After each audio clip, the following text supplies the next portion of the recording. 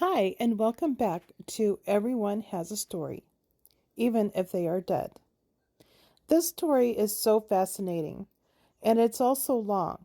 So grab your coffee, sit back, relax, and enjoy the story.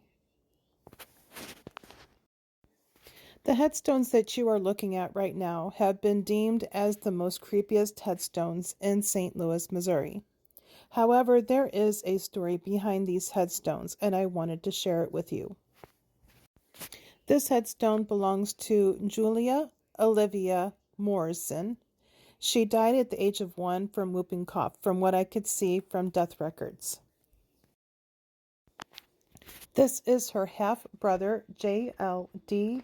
Morrison, who died in his 20s from heart problems. They died just a few days apart from each other in the same house.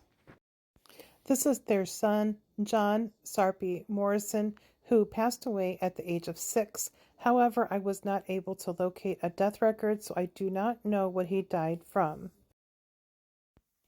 As the story goes, the mother used to go out to the graves and build a shelter in the winter time, and she would also bring fresh toys to the kids' graves to make sure they had something to play with. The story seems creepy, but when you think about it, this is a mother that is grieving for the loss of her children. To this day, people still bring toys out to the graves, and I have also seen flowers out there.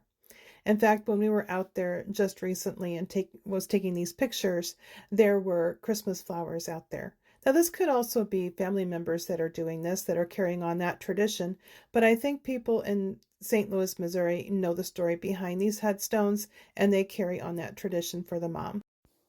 Their parents' name were James Larry Donaldson Morrison. He was a politician as well as a lawyer in St. Louis, Missouri. This was his second marriage. His first marriage, his wife had passed away, leaving him with one son by the name of J.L.D. Jr. He is the one that died several days after Olivia passed away. The mother's name was Julia Adele Sarpy Morrison. She went by the name of Adele. She is the one who built the shelters around the children's graves. This family was just riddled with so much grief and loss. So it is no wonder that they were doing what they possibly could do to deal with the grief that they were handed. I do see a family now that is reunited with each other in the afterlife, and I'm sure it is a joyous reunion. So the story about her building shelters around the graves and bringing toys to the graves really isn't all that creepy. Back in those days, it was very common for people to pick out headstones to tell a story. This grave plot most definitely does tell a story. They are all buried together, so that tells you right there that they were a very close family.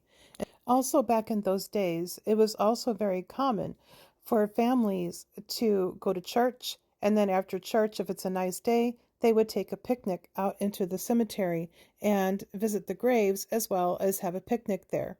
If you notice the old cemeteries, they are set up in a way where people can enjoy themselves on a Sunday afternoon having a picnic. It's not common to do that anymore. In fact, it's seen as creepy to hang out in cemeteries. But back in those days, that was a normal thing. So when you see these headstones, understand that there is a story behind them. Thank you so much for listening. I'm going to go ahead and touch base on the Sarpy family, which is Adele's side of the family. This is going to be a continuation, a part 2. So thank you so much. Have a great rest of your day.